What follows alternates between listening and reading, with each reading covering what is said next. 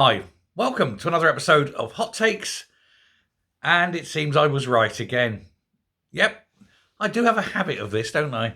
It's been revealed that the SNP's membership has fallen yet again, and I've been saying that it's been falling. I've been saying that it's lost a lot of members, and it appears I'm right. We know this because of the release of the SNP's accounts for the year ending 2023. And there's some interesting numbers in there. Now, I'm not going to do a full inspection on this. Craig Houston went through and did a lot of the numbers, but there's a couple of things that I want to highlight. First of all, we knew they'd be bad, and they are bad. And they're quite false. And speaking as an accountant, I'm going to tell you now, they're legal, but only just. What I would suggest is if you read through them, there are so many if, buts, and maybes.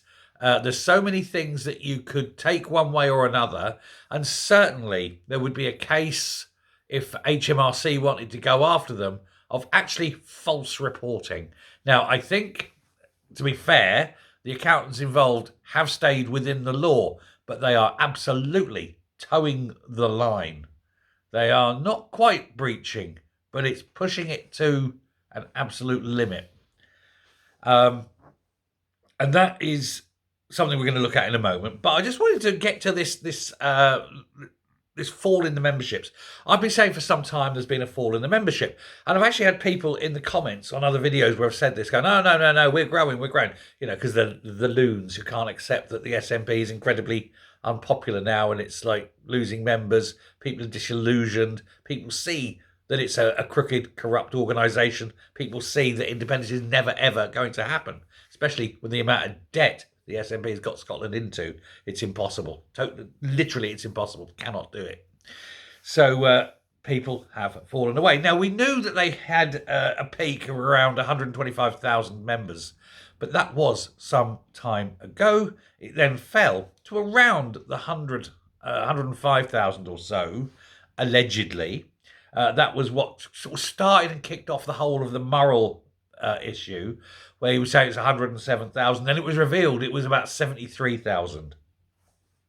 Well, the latest numbers are that it's fallen again, 64,000. So, another 9,000 gone. That's about, from the previous one, that's about 13% have gone. It's not good, is it? It's not good when a party loses 13% of its members in a year. And that's only to the end of 2023. You wonder now how many more have gone. How many have gone because of the terrible drubbing at the general election? How many more have gone over their stance over Gaza, over their possible funding of Hamas? There's a lot of people very fed up with this. And it's going to be an ongoing problem. And of course, with the falling numbers, it's falling income, it's falling support. And this is a party that's already massively in debt. And it's actually showing that it's worth something by some, I'm going to call it optimistic accounting. Now, there's a couple of things that they've put in. They've pulled in 640,000 from branches, but that was done under the guise of fighting the Rutherglen election and the general election. But there's no elections coming up, so they won't be able to use that 600,000 next year. We know they're going to lose about 1.2 million or so from the levy on MPs and the short money at Westminster. They're already losing slowly, tick, tick, tick down every time there's a by-election, the little tiny levy they get from the councillors. And of course, come the next Holyrood election, if they're still around to fight it, they're likely to lose a lot there. That's a lot less money as well. So there's money not coming in on a massive scale, but the bills still have to be paid. And they're not getting any corporate income. Now, where I'm going to say there's a bit of shady jiggery pokery as far as the books are concerned is they're accruing income. Now, what does that mean? Unless you're an accountant, this probably won't mean anything, but it's a trick that you can use. You can say that within a 12-month period, you have money due that should have come in but hasn't come in yet. But you want to account for this money as an income in that period. And this is good if you want to make the books look good, but actually it can backfire. So what they've got is somebody left a legacy. It was £250,000. Some lunatic decided that giving the SNP £250,000 was a good thing when they died, and then they up and died. And of course they've said, okay, well, I'm leaving you this in the will. So what they've done is they've taken the £250,000 that they have been promised in the will and put it into the accounts this year as an income from this legacy. And that's all very fine and pleasant, but they haven't actually got the money yet. And the whole will has got to go through probate, and there's no guarantee that they'll get that £250,000.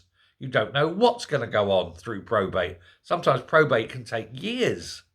Sometimes probate can end up with you don't have enough money to meet obligations like this. This is, because of taxation and things. And so they've pretended that they've got the money, so they've made this accrual, saying, yes, we're owed it. It's like they've sent out an invoice, so it sits on the book saying, oh, well, this is it's an asset because the invoice will get paid. We just haven't got the cash yet, but we'll count it in this period. And that's okay, provided the invoice is paid. And this is okay, provided the money comes in. But it's not real money.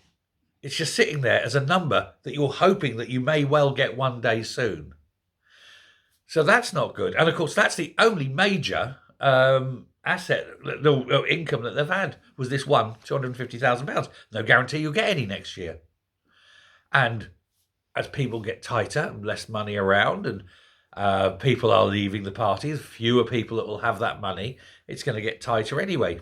So you've got that. But that £250,000 massively helped. That $640,000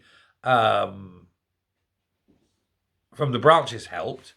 And it makes it look as though the party has done well. However, and here's the thing, the money comes in for the general election in last year's accounts, but the money's going out for the spend on the general election in this year's accounts. So this year, you're going to have a lot of expenses going out because they've fought that general election, but that money's not coming in. You haven't got that 640. You haven't got that 250,000. You have falling numbers. You're certainly not getting the 1.2 million short and levies. And this is the year the SNP dies. They don't know it yet, or they probably do, because even they can't be that stupid, surely. But this is the year when all the debts hit on the accounts and there's no income and they go into administration. So if you're an SNP member, say goodbye. The party dies this year. Unless they can do something extraordinary, unless they can get the banks to extend credit, or if they can get some corporate sponsorship by some company mad enough to think that these people are in any way competent, then this is the end of the SNP. They're done. And it'll be a joy to watch. And of course, even if they don't absolutely collapse this year, because they'll probably scrape to the end of the year before they have to put their accounts in showing that they're done, and then they may, by the time it all goes through, gets accounted and pushed on, survive until the general election. But they won't have the money to fight it. And we've seen already how they're not standing someone on the Isle of Arran because they haven't got the money to waste a £500 deposit because they know they're going to lose their deposit. So they're just not putting someone up. And this will happen more and more. This is a dead party walking. It's a zombie party.